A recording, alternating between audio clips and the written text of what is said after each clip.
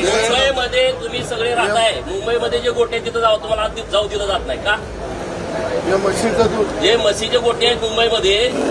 पाहिलं, हा सगळा प्रकार आहे विधान भवनातला. आणि जी दोन नेते दिसत आहेत ती आहे सत्ताधारी पक्षातील आमदार गोपीचंद पडळकर आणि सदाभाऊ खोत. यांनी काय केलं तर दुधात भेसळ कशी होते याचा डायरेक्ट डेमोज दाखवला, आणि तेही विधान भवनात. ही भेसळ अशा पद्धतीने केली जाते जी पाहून तुम्हाला अजिबात डाऊटही येणार नाही. हा नेमका विषय काय सांगतो, पण त्याआधी हा व्हिडिओ एकदा नीट पहा. गाईचं म्हैस करणे, पाण्याचं दूध करणे, केमिकल टाकून दूध करणे आणि वेगवेगळं तेल असेल, बाकीचे जे मटेरियल तुम्हाला दाखवलं ते युरिया सुद्धा टाकतात. युरिया आम्ही शेताला टाकतो. युरिया तो ह्या दुधात भेसळ केली जाते. सध्या महाराष्ट्रात राज्याचं पावसाळी अधिवेशन सुरू आहे. या पावसाळी अधिवेशनादरम्यान आमदार गोपीचंद पडळकर यांनी दुधात कशा प्रकारे भेसळ केली जाते याचं प्रात्यक्षिक दाखवलंय. आज सकाळी गोपीचंद पडळकर आणि सदाभाऊ खोत हे विधानभवन परिसरात आले. त्यांनी एक मिक्सर आणलं, त्यासोबत दूध आणि पाण्याच्या बॉटल्सही घेऊन आले. एवढंच नाही तर त्यासोबत चुना आणि काही वेगवेगळे केमिकल घेऊन आले. त्यांनी यावेळी हे सर्व मिक्स करून दुधात कशा पद्धतीने दोन प्रकारे भेसळ केली जाते याबद्दल माहिती देत थेट प्रात्यक्षिकच करून दाखवलं.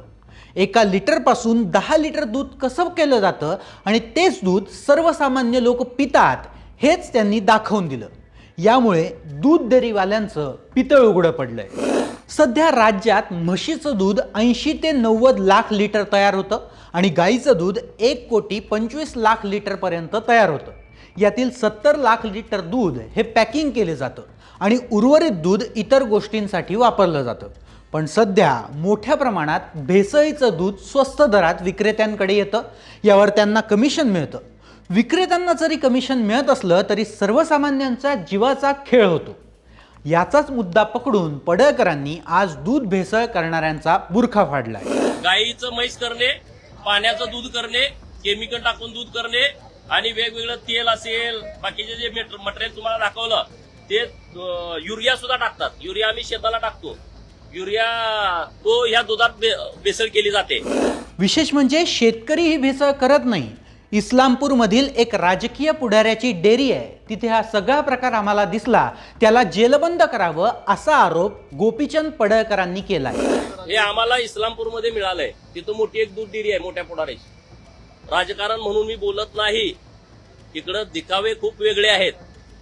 दिसायला एकदम भारी आम्ही अरे तुम्ही काय करताय? हे दूध संघवाले शेतकरी दुधात भेसळ करत नाही. या सगळ्या प्रकारावर कारवाई करण्यात यावी अशी मागणी पडळकर आणि सदाभाऊ खोत यांनी केली आहे. पडळकरांनी डेमो दाखवल्यामुळे अधिवेशनातही हा मुद्दा गाजण्याची शक्यता आहे. पण आता सरकार यावर काय कारवाई करतंय आणि भेसळयुक्त दुधाला कशा प्रकारे आळा घालतंय हे पाहावं लागणार आहे. याबाबत तुम्हाला काय वाटतंय आम्हाला कमेंट करून नक्की सांगा आणि सरकारनं आम्हाला सबस्क्राईब करायला विसरू नका.